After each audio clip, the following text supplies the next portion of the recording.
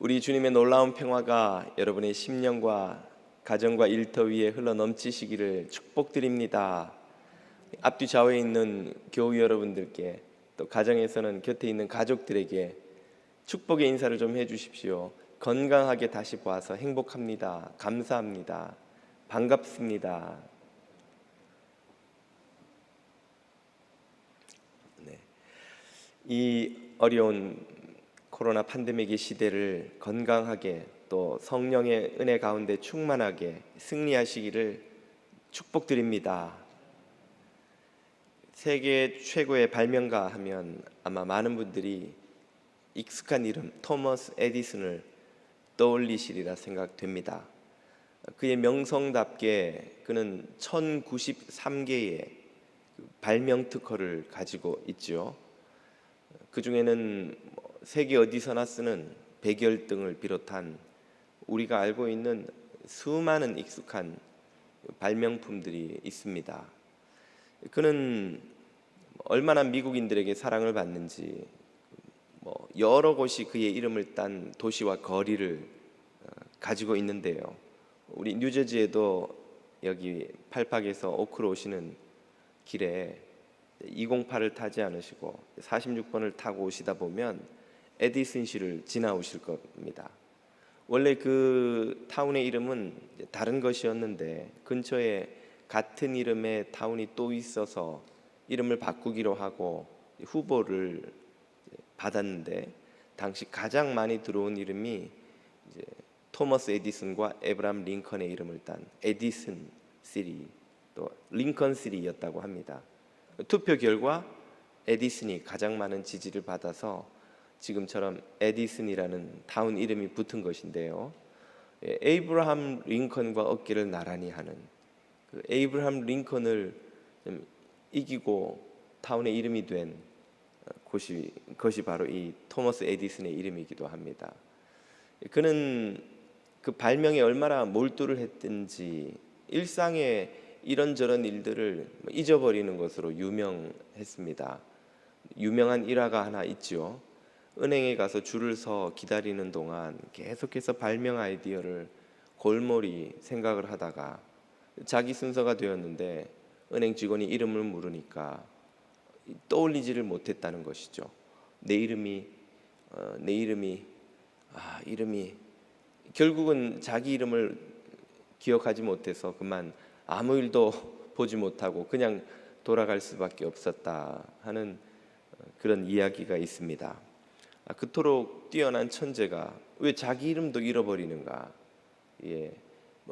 두뇌의 능력이 부족해서가 당연히 아니겠지요. 발명에 너무나 골몰한 나머지 자기 이름도 사소한 것이 되어서 기억하지 못할 정도로 그 정도로 참 골몰했다 하는 것을 보여주는 일화일 텐데요. 여기 에디슨처럼 무언가에 골몰하던 나머지 자기가 누구인지를 알지 못했던 사람이 있습니다. 그는 오늘 본문의 주인공, 바로 그 세례 요한입니다. 그는 왜 자신이 누구인지를 몰랐던 것인지, 왜 자신의 정체를 알 수 없었던 것인지 생각해 보려 합니다. 1세기 유대 광야에서 예언 활동을 시작한 이 세례 요한은 열광적인 대중의 지지와 주목을 받았습니다. 수많은 사람들이 그의 불같은 설교를 들으러 몰려오고 또 그에게서 세례를 받는 사람들이 기하급수적으로 늘어나서 유대 지역의 사람치고 이제 그를 모르는 사람이 없게 되었습니다. 그러자 예루살렘에 있던 종교 지도자들도 더 이상 그를 무시할 수가 없었던 것이죠. 그들은 조사단을 파견해서 세례 요한이 누구인지, 그의 정체가 무엇인지를 알아오도록 했습니다. 그 조사단이 세례 요한의 정체를 알아내기 위해 인터뷰를 하는 장면이 바로 오늘 우리가 읽은 본문 내용입니다. 19절은 이렇게 시작하죠. 유대인들이 예루살렘에서 제사장들과 레위인들을 요한에게 보내어 네가 누구냐 물을 때에 요한의 증거 그 대답이 이러하니라. 이제 인터뷰 내용을 소개하겠다는 것이죠.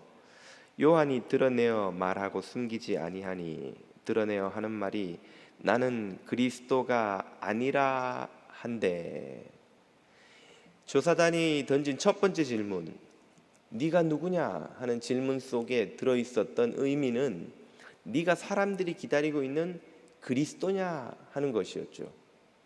당시 유대 민중들 사이에는 로마 제국 치하에서 고통받던 그 삶으로부터 자신들을 구원해 줄 선지자들이 예언한 메시아가 오실 것이라는 그 메시아 대망론이 널리 퍼져 있었습니다. 그들은 세례 요한의 이 성공적이고 참 두드러지는 사역을 보면서 그 요한이 우리가 기다리던 메시아일지도 모른다고 생각하고 자신들끼리 이야기하곤 했던 것이죠.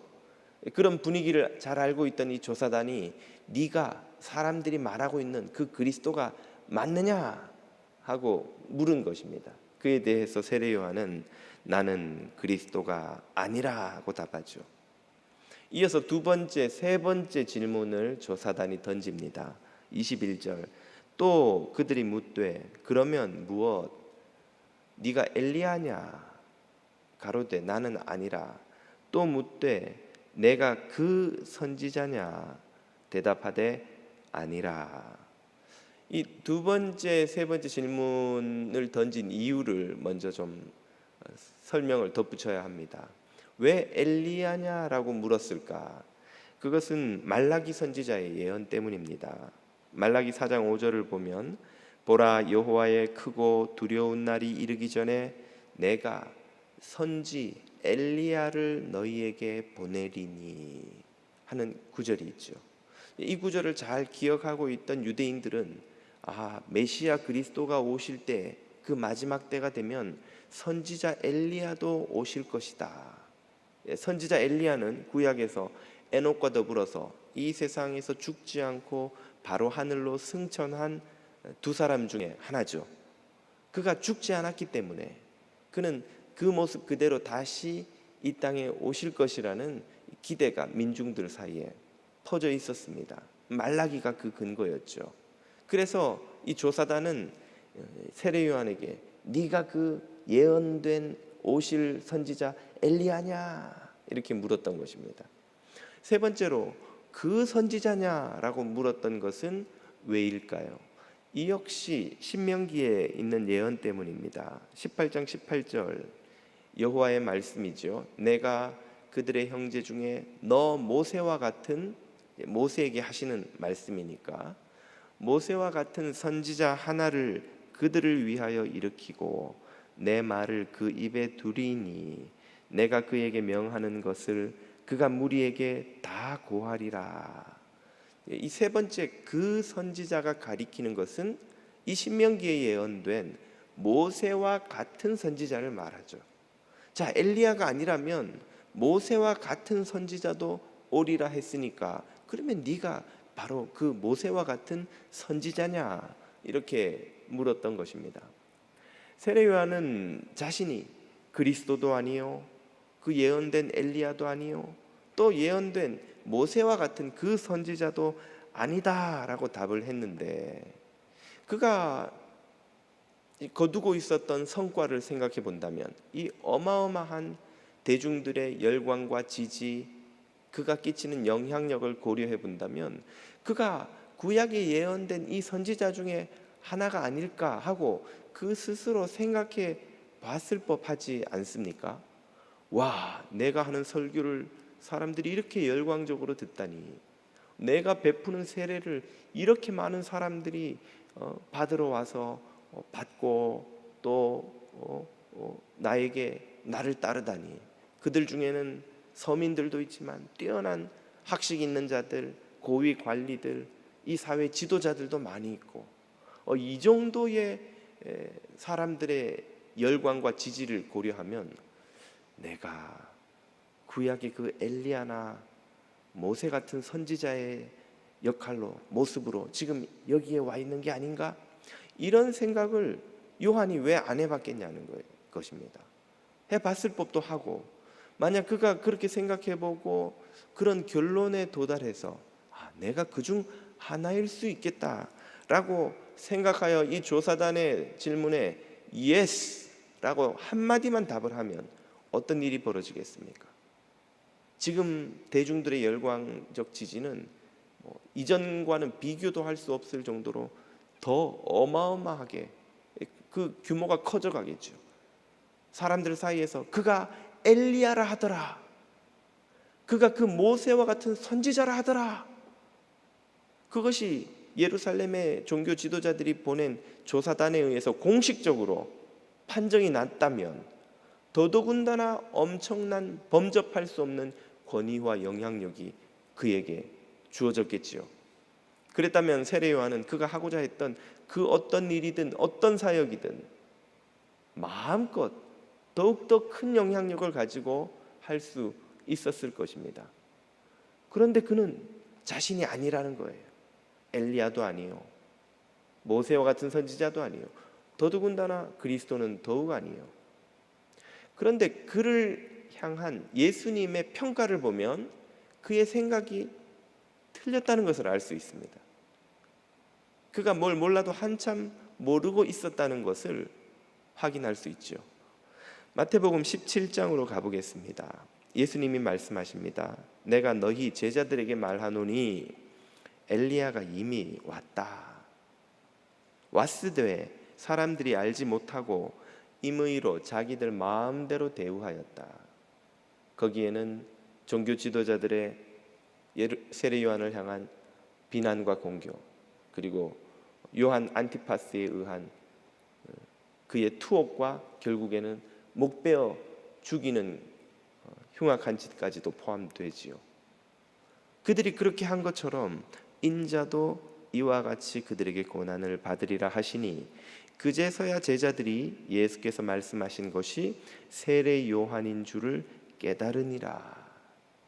예수님은 세례 요한이 누구라고 말씀하셔요? 엘리야가 맞다는 거예요. 맞다는 거예요. 구약에 예언된 그 엘리야가 왔고 그가 바로 세례 요한이라는 겁니다. 다른 곳에서 예수님은 세례 요한에 대해 극찬을 하시지요. 11장 11절입니다. 내가 진실로 너희에게 이르노니 여자가 낳은 자 중에, 여자가 낳은 자가 누구입니까? 이 세상에 살아가는 모든 사람들이죠. 사람들 중에 여자가 낳지 않은 이가 있습니까? 이 세상 사람들 중에 세례 요한보다 큰 이가 일어남이 없다는 거예요. 이 세상 사람들 중에 가장 위대한 사람이 바로 세례 요한이다. 그 누구도 세례 요한이 했던 그 위대한 사역을 한 이가 없다. 이렇게 세례 요한에 대해 엄청나게 높은 평가를 예수님이 직접 하셨습니다. 그렇다면 세례 요한은 왜 자신이 엘리야가 아니라고 한 것일까요? 조사단에게 거짓말을 한 것입니까? 문맥을 잘 살펴보면 세례 요한이 거짓말을 한 것이 아니라 실제로 자신이 엘리야였다는 사실을 몰랐던 거예요. 그는 자신이 엘리야라고, 구약에 예언된 그 선지자 엘리야라고 단 한 번도 생각해 본 적이 없음이 틀림없습니다.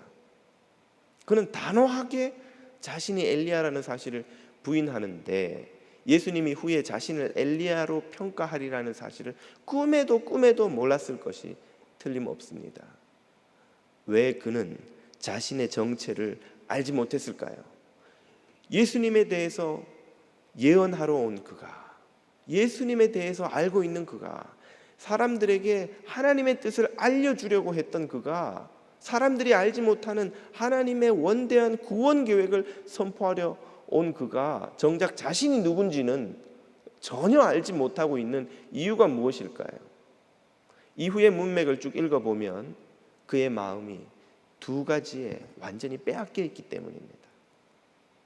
그가 다른 두 가지에 몰두해 있느라 자신의 정체를 생각할 이유도 겨를도 없었던 것이라는 말이죠. 그 두 가지가 뭘까요? 첫 번째는 22절 이하에 이렇게 나옵니다. 또 말하되, 조사단이 계속 추궁합니다. 그럼 넌 누구냐? 우리를 보낸 이들에게 대답하게 하라. 야, 우리가 임무를 띠고 왔는데 네가 누군지를 알아가야 되는데 네가 그리스도도 아니고 엘리야도 그 선지자도 아니라면 네가 누군지를 우리에게 알려줘야 할 거 아니냐. 너는 너희에게 대하여 무엇이라 하느냐 묻자 요한은 이렇게 답하죠. 이르되 나는 선지자 이사야의 말과 같이 주의 길을 곧게 하라고 광야에서 외치는 자의 소리로라 하니라. 외치는 자의 소리가 뭡니까? 이게 요즘 말로 하면 사이렌이다 이 말이에요. 사이렌이다. 앰뷸런스가 복잡한 도로를 달려갈 때 사이렌을 막 요란하게 울리는 이유가 뭡니까? 여기에 급한 환자가 있으니 길을 비키라는 거예요. 트래픽을 만들지 말고 좀 비키라는 거예요. 외국의 대통령이나 유명한 귀빈이, 중요한 귀빈이 오면 경찰들이 칸보이라고 하죠. 호위하는 경찰들이 갑니다. 그 경찰들이 그 외국 귀빈이 탄 차를 앞뒤로 에워싸고 앞에서 가는 그 오토바이 경찰 혹은 뭐 헌병, 이 칸보이 하는 사람들이 하는 일이 뭔가요? 경광등을 번쩍이면서 소리를 내는 거예요. 그렇게 해서 앞으로 달려가면서 트래픽을 열어서 그 귀빈이 안전하게 빨리 목적지로 뭐 백악관으로 청와대로 달려갈 수 있도록 길을 터는 역할을 하는 그들이 칸보이죠. 이게 바로 주의 길을 곧게 하기 위해 광야에서 외치는 소리라는 의미예요. 내가 하는 일이 뭐냐? 주님이 오실 터인데 그 길을 내가 열고 있다는 거예요. 지금 이 질문에 대한 답은 동문서답이라 할 수 있습니다. 네가 누구냐라고 묻는데 내가 하는 일은 이거다라고 답을 하는 거예요. 자기가 누군지는 답을 안 하고 내가 하는 일이 이거라는 거예요. 이게 내가 하는 일이라는 거예요. 지금 세례 요한은 무엇만을 생각하고 있습니까? 자기가 해야 될 사명, 그 사명을 생각하느라 네가 누구냐, 내가 누구지? 그건 세례 요한에게 전혀 관심거리도 중요한 것도 의미도 없는 것이라는 말입니다. 나는 지금 이 일을 해야 돼. 주님의 길을 곧게 만들어 그 길을 열어야 돼. 이게 나에겐 관심이지. 이것이 중요하지. 내가 누구냐고? 글쎄 잘 모르겠는데. 세례 요한의 답은 이런 뜻입니다. 소방관이 불난 집에 뛰어들어가서 죽기 직전에 그 사람을 구출해 내오니까 막 기자가 달려가서 인터뷰를 하자는 거예요. 아, 당신은 영웅이라고. 어떻게 그 위험한 데 들어가서 목숨을 걸고 사람을 구해올 용기를 내셨냐고. 도대체 어디서 그 용기가 났습니까? 라고 물으니까 소방관이 답하기를, 네? 무슨 용기요? 그냥 저는 늘 이렇게 하는 게 제 일인데요. 불난 집에 들어가는 게 제 일이에요. 용기는 어디서 났는지 모르겠고 제가 왜 영웅인지도 잘 모르겠고 그냥 제가 하는 일이 이겁니다. 그 소방관은 지금 자신이 사람들에게 영웅으로 칭송을 받는지 아닌지 그런 건 관심도 없고 중요하지도 않은 거예요. 그는 그저 위험에 처한 사람을 구해내는 게 자기 일이라고 생각하고 자기 임무라고 생각하고 근데 그 일을 할 뿐이죠. 지금 세례 요한이 답을 할 때의 마음이 바로 이런 거예요. 나는 주님의 길을 여는 소리일 뿐인데 내가 누군지 글쎄 나는 그건 잘 모르겠는데. 세례 요한은 지금 자신이 맡은 사명에 온 마음이 다 빼앗겨 있습니다. 바로 이것이 요한이 오늘 우리에게 주는 도전이에요. 사명에 집중하여 살아가는 사람은 헛된 영광의 마음을 빼앗기지 않습니다. 사명에서 눈을 떼면 그때부터 사람들의 평판, 인기, 명예, 성공, 부, 대가, 보상이 그 마음의 빈자리에 들어오기 시작하는 거예요. 그리고 거기서부터 부패가 시작됩니다. 세례 요한이 두 번째로 집중한 것은 무엇일까요? 24절 이하가 이렇게 알려줍니다. 저희는 바리새인들에게서 보낸 자라. 그들이 또 물어 이르되 네가 만일 그리스도도 아니요 엘리야도 아니요 그 선지자도 아닐진데 어찌 세례를 주느냐. 이번에는 세례 요한의 권위를 문제 삼죠. 네가 그 세례를 베풀려면 그리스도든지 아니면 엘리야든지 모세와 같은 선지자든지 그런 권위 있는 존재라야지. 그렇지도 않으면서 어떻게 세례를 베풀어? 네가 도대체 뭔데? 아무것도 아니라면 어떻게 그런 일을 할 수 있단 말인가? 네가 그런 세례를 베풀 수 있으려면 네가 뭔가 권위 있는 존재라는 걸 증명해야 돼. 그렇게 그를 추궁하는 것이죠. 그러자 요한은 뭐라 답합니까? 요한이 대답하되 나는 물로 세례를 주거니와 너희 가운데 너희가 알지 못하는 한 사람이 있었으니 곧 내 뒤에 오시는 그이라. 나는 그의 신들매 풀기도, 신발끈 풀기도, 개역개정에는 그렇게 나옵니다. 신발끈을 풀기도 감당치 못하겠노라 하더라. 신발끈을 푼다는 것은 종노릇 한다는 뜻이에요. 주인이 그 당시에는 밖에 외출했다 돌아오면 주인을 앉혀놓고 종이 그 발에 신발끈을 풀어 신발을 벗기고 물을 떠와서 그의 발을 정성껏 씻깁니다. 그렇게 해서 주인의 발을 청결하게 또 피로를 풀어주고 하는 노릇을 하는 게 종의 역할이죠. 이 말은 나는 그의 종놈이 되기에도 부족한 존재야, 이런 뜻입니다. 다시 말하면 네가 누구냐라고 묻는데 요한이 자기가 누군지는 대답 안 하고 여기 너희들이 바라봐야 할 그리스도라는 분이 계셔. 주님이 오실 거야. 네가 누구냐고 하는데 자기 이야기는 안 하고 그리스도 이야기만 하는 거예요. 바로 이것이 요한이 마음을 빼앗긴 두 번째 대상입니다. 그것은 바로 오실 메시아 그리스도에게 그는 모든 마음을 다 빼앗겨 있는 거예요. 그리스도를 생각하느라 자기가 누구인지 그건 별 의미도 없고 중요하지도 않아요. 그 그리스도를 생각하느라 그 그리스도를 생각하고 보니 자기는 그분 앞에서 종놈이 될 자격도 없는 존재인데 내가 누군지 뭐가 의미가 있냐는 거예요. 내가 누구면 어떻고 누구가 아니면 어때요? 중요한 건 그분이 지금 그 영광스러운 분이 오신다는 거예요. 세례 요한의 마음은 지금 마치 사랑에 빠진 젊은이와 같은 거예요. 이 젊은이에게 무슨 말을 하든 항상 결론은 그녀에게, 그이에게, 그 사람밖에 생각이 안 나요. 좋은 건 그 사람을 위해서, 좋은 데는 꼭 그 사람과 같이 가고 싶고, 네 이야기를 해봐. 이야기를 하다 보면 잠시도 조금 지나지 않아서 금방 또 그 사람에게로 이야기가 넘어가요. 그 사람이 얼마나 멋있는지, 그녀가 얼마나 아름답고 사랑스러운지 그 이야기로 넘어가느라고 자기 이야기는 할 수가 없어요. 왜? 마음이 다 그에게 빼앗겨 있기 때문에. 세례 요한은 마치 어두운 밤을 촛불로 밝히다가 찬란한 아침에 태양이 떠오르자 그 태양에 그만 눈이 먼 사람과 같습니다. 태양을 보고 나면 더 이상 촛불을 찾지 않게 돼요. 촛불은 어두운 밤에나 눈앞에 있는 몇 가지를 겨우 밝혀주는 작은 빛이지만, 그래서 밤에는 그나마 유용해 보이지만 그건 어디까지나 밤에만 그런 거예요. 태양이 떠오르면 더 이상 아무도 촛불을 찾지 않고 촛불을 찾아와서 불을 붙여본들 태양 아래서 그 촛불은 아무 존재 의미가 없어요.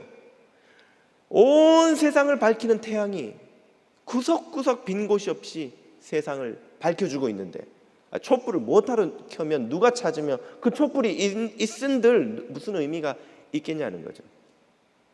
그는 태양과 같은 그리스도의 영광을 보고 촛불과 같은 자신의 존재의 의미는 더 이상 아무 의미가 없다는 걸 깨달은 사람이에요. 그러니까 네가 누구냐라고 하는데 몰라. 내가 누군지 그게 뭐가 중요해.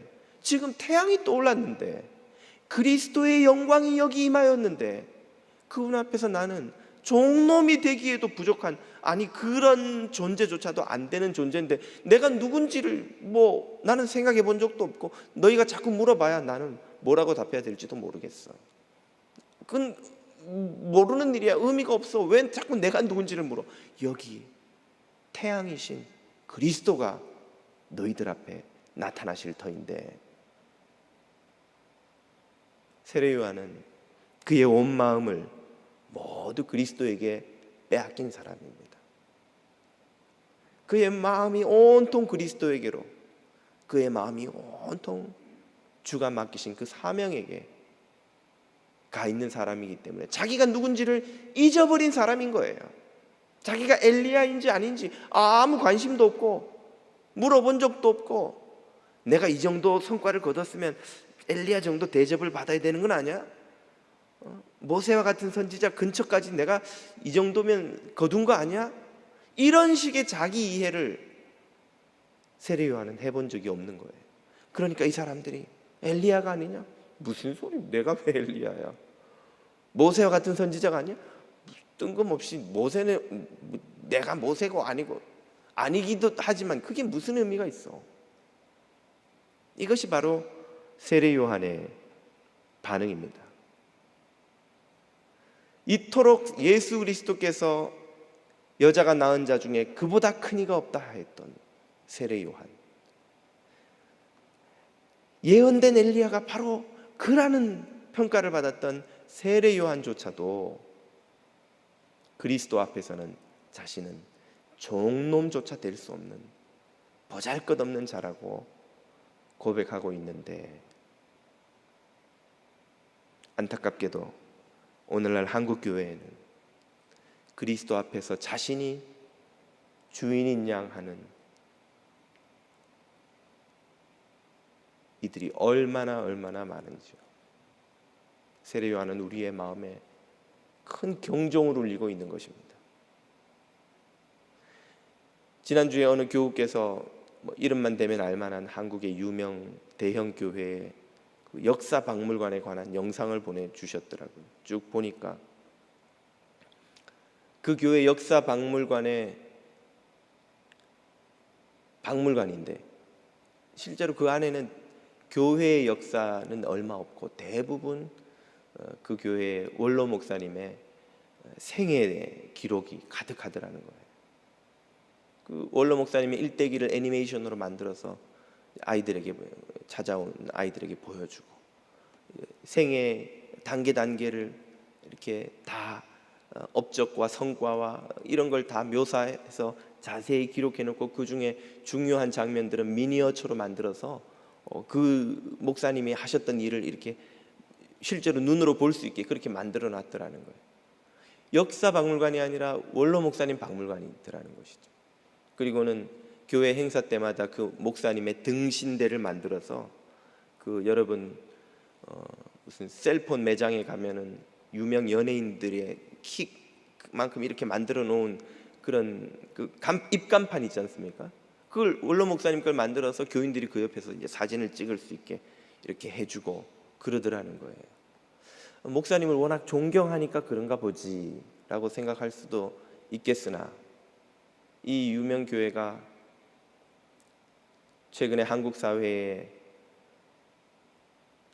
목사직 세습과 수백억 원대의 비자금, 그보다 더 많은 액수의 부동산 문제로 떠들썩하게 알려졌다는 사실을 생각하니까, 이런 분위기라서 그 교회 안에서는 아들에게 목사직을 세습하는 게 가능하겠구나 하는 씁쓸한 생각이 드시더라는 거예요.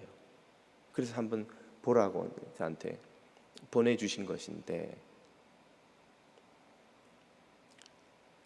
우리 개신교는 인간을 우상화하는 것을 포함한 모든 중세교회의 불의에 저항해서 탄생한 교회라 하여서 프로테스트, 저항하다라는 뜻의 프로테스탄트 처치라고 불립니다. 개신교의 정확한 의미는 저항하는 교회예요. 불의에 저항하는 교회. 그리고 그 중에는 인간 사제들이 하나님과 인간 사이를 대신하는, 중재를 대신하는, 그래서 인간이 우상화되는 모든 것에 대한 저항이 자리 잡고 있습니다만은, 오늘날 그와 반대로 인간을 우상화하는 일들이 한국교회 일각에서 얼마나 많이 일어나고 있는지요. 그것이 목회자들의 교회 사유화, 목회직 세습, 그리고 교회의 재산을 둘러싼 권력 다툼, 바로 그것입니다. 그리고 목회자들이 이런 나쁜 본을 보이니 교인들조차도 교회를 자신의 욕망 실현과 힘겨루기의 장으로 여기는 일들이 곳곳에서 비일비재합니다. 장로, 권사, 집사, 직분을 얻으려고 열심히 봉사하고 마침내 직분을 얻으면 마치 완장이나 찬 듯 다른 사람 위해서 군림하려 하고, 겸손과 섬김과 희생의 공동체가 아니라 자아를 실현하고 자기를 높이는 장으로 한국교회를 타락시키고 있는 것이죠. 이 모두 십자가를 지신 주님을 거스르는 악행입니다. 목숨을 걸고 참 교회를 만들려 희생했던 종교개혁자들의 모든 수고를 물거품으로 만드는 죄악이죠. 세례 요한은 그리스도를 바라보느라 자기를 잊은 사람이었습니다. C.S. 루이스는 바로 이것이야말로 진정한 겸손이라고 설명합니다. 그는 책에서 이렇게 씁니다. 겸손이란 자신을 낮추는 것이 아니라 잊어버리는 것이다. 자기를 저는 못해요. 아이고 저는 능력이 없어요. 아이고 저는 이런 거 아이고 저는 못합니다. 우리는 그게 겸손이 아닌가 착각을 합니다만 그건 오히려 건강치 못한 자기 비하일 수도 있습니다. 겸손이란 자기의 존재를 의식하지 않는 거라는 말이에요. 그리고 이것은 왜 우리가 겸손하게 살기가 그토록 어려운가를 설명해 줍니다. 왜냐하면 인간은 자기를 잊을 수가 없는 존재이기 때문에 그렇습니다. 자기 자신을 내려놓을 수가 없는 존재이기 때문에 그래요. C.S. 루이스는 또 이렇게 말합니다. 부패한 인간이 온 힘을 기울여 죽기보다 싫어하는 것이 한 가지 있다면 자신의 자아를 내려놓는 것이다. 자기를 잊지 못한다는 거예요. 자기를 내려놓지 못한다는 거예요. 자기 고집, 뜻, 주장, 계획, 플랜 절대 포기하지 못하는 존재라는 것입니다. 인간은 죽을 때까지 자기만 바라보는 존재입니다. 인간은 죽을 때까지 자아의 늪 속에서 태어나서 자아의 늪 속에서 살다가 생을 마치는 존재이지요. 그런 인간이 어떻게 자신을 잊을 수 있을까요? 불가능한 일입니다. 그럼 불가능한 일이 일어나는 유일한 한 가지 예외가 있습니다. 그것은 바로 자신의 보잘것없는 영광과는 비교도 할 수 없는 찬란한 이의 영광을 보는 것이죠. 바로 예수 그리스도의 영광을 보는 그것입니다. 주님의 영광을 보면 그제서야 자신을 잊을 수가 있어요. 주님의 영광을 보면 그제서야 자신의 자아의 늪에서부터 해방될 수가 있는 겁니다. 왜냐하면 자신과 비교할 수 없는 찬란한 영광의 그 주님을 마주하고서야 자신이 얼마나 보잘것없는 촛불보다 못한 밝기에 보잘것없는 영광이었던가, 내가 이룬 것, 내가 거둔 성과, 내가 이룬 지위, 내가 모은 돈, 내가 거둔 성공, 자수성가한 내가 이때까지 거두어 놓은 이 모든 것들, 이게 세상의 전부인 줄 알고 이것이 얼마나 큰지 자아도취에 감탄하며 살아왔는데 주님의 영광을 보자 그 모든 것이 마치 태양 앞의 촛불처럼 보잘것없는 것임을 깨닫게 되어서야 비로소 해방될 수가 있는 것이죠. 그 주님 앞에 자신은 신발끈 풀 자격도 없다는 것을 깨닫게 되는 것입니다. 그제서야 내가 엘리야인지 모세인지, 목사인지 장로인지, 부자인지 권력자인지, 많이 배웠는지 성과를 얼마나 거두었는지 아무 의미가 없다는 것을 깨닫게 되는 것이죠. 그것이야말로 참된 그리스도인의 겸손입니다. 사도 바울은 자기의 빛에 도취되어 살아가던 바리새인 사울이었습니다. 그는 자신의 학식 가말리엘 문화에서 배운 그 모든 율법과 헬라 철학에 관한 전문성과 그의 열정적인 삶, 목표를 정하면 어떤 것이든 해내고야만 그 저돌적인 삶의 방식, 그가 바리새인 사회에서 이룬 이 모든 것들에 취해 도취되어 살아가는 사람이었습니다. 누가 시키지도 않았는데 나서서 예수 당파 기독교인들을 박해하기 위해 대제사장으로부터 허락을 받아내어 다메섹으로 그 공동체 사람들을 잡으러 가던 이였어요. 그러던 그가 부활하신 예수 그리스도의 찬란한 영광을 보고서야 눈이 멀어버렸습니다. 이제 자신의 영광을 바라보던 눈이 멀어버린 것이죠. 그가 다시 눈을 떴을 때는 오직 그리스도의 영광만 바라보는 사람이 되었습니다. 이게 거듭나는 거예요. 이게 거듭난 사람의 변화입니다. 더 이상 자신의 영광을 바라보지 않고 하나님의 영광만 바라보고 예수 그리스도의 영광만 바라보고 그분의 영광에 온 마음을 빼앗겨서 자기가 누군지를 잊어버리는 사람,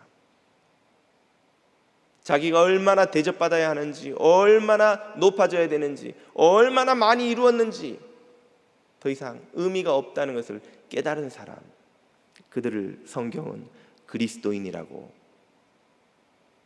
부릅니다. 교회를 다녀도 그리스도의 영광을 보지 못한 채 자신의 초라한 빛에 도취되어 살아가고 있다면 그는 아직도 어두운 밤에 살아가는 사람입니다. 그리스도의 영광을 보고 자신의 빛은 잊어버린 사람, 그라야 밝은 낮에 행하는 빛의 사람으로 변화된 것이죠. 오늘 여러분은 어디에서 살아가고 계십니까? 어두운 밤입니까? 찬란한 그리스도의 영광이 빛나는 낮입니까? 그리스도의 영광의 빛을 보고 참된 겸손으로 살아가는 성도들이 다 되실 수 있기를 우리 주님의 이름으로 축복드립니다. 기도드리겠습니다. 어두운 세상의 빛이 되어주시는 주님, 우리의 눈을 열어주셔서 주님의 영광의 빛을 보게 하여 주옵소서. 모든 헛된 욕심을 내려놓고 주님만 자랑하는 성도들이 되게 하여 주옵소서. 코로나로 신음하는 이 미주 땅을 긍휼히 여겨주시어서 빨리 상황이 호전되게 해주시고 주님의 아들 딸들의 가정과 일터를 안전하게 지켜 보호하여 주옵소서. 이 미국 땅을 위해 세워주신 지도자가 백성을 사랑하고 주님을 두려워하는 일꾼이 되게 하여 주옵소서. 예수님 이름으로 기도드립니다.